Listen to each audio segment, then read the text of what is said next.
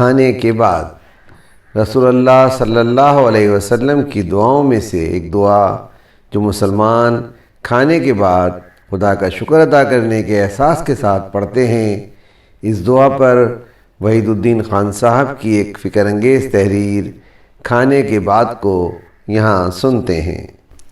رسول اللہ صلی اللہ علیہ وسلم نے زندگی کے جو آداب بتائے ہیں ان میں سے ایک یہ ہے کہ آدمی کھانا کھانے کے بعد اللہ تعالیٰ کی حمد کرے، وہ کہے الحمدللہ الذی اطعمنی وسقانی وجعلنی من المسلمین۔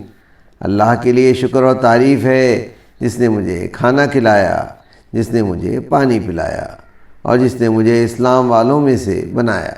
انسان کھانا اور پانی کے بغیر زندہ نہیں رہ سکتا، یہ چیزیں اس کو ساری عمر تک مسلسل درکار ہوتی ہیں۔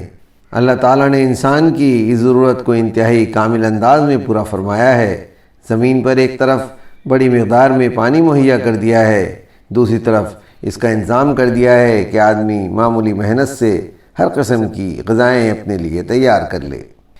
اسی اعلیٰ انتظام کی بنا پر یہ ممکن ہوا ہے کہ زمین کے ہر حصہ میں آدمی کسی رکاوٹ کے بغیر پانی اور خوراک حاصل کر کے کامیاب زندگی گزار رہا ہے۔ ایک مومن جب بھوک کے وقت کھانا کھاتا ہے اور پیاس کے وقت پانی پیتا ہے تو اس کا پورا وجود اس احساس میں ڈھل جاتا ہے کہ کیسا عظیم ہے خدا جس نے میرے لیے یہ قیمتی انتظام کیا۔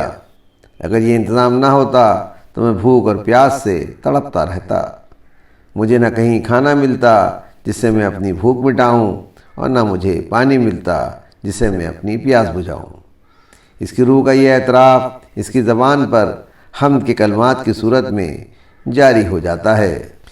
جسمانی غذا کو پا کر مومن کو مزید یاد آ جاتا ہے کہ اسی طرح خدا نے میرے لیے روحانی غذا کا بھی کامل انتظام فرمایا ہے۔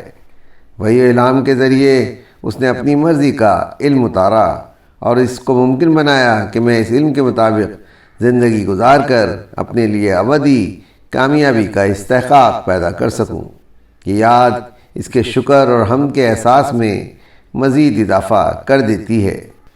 انسان کو چاہیے کہ وہ ہر لمحہ اپنے اس رب کی حمد کرتا رہے جس نے اس کے رزق جسمانی کا بھی اعلیٰ انتظام کیا ہے اور رزق روحانی کا بھی اعلیٰ انتظام۔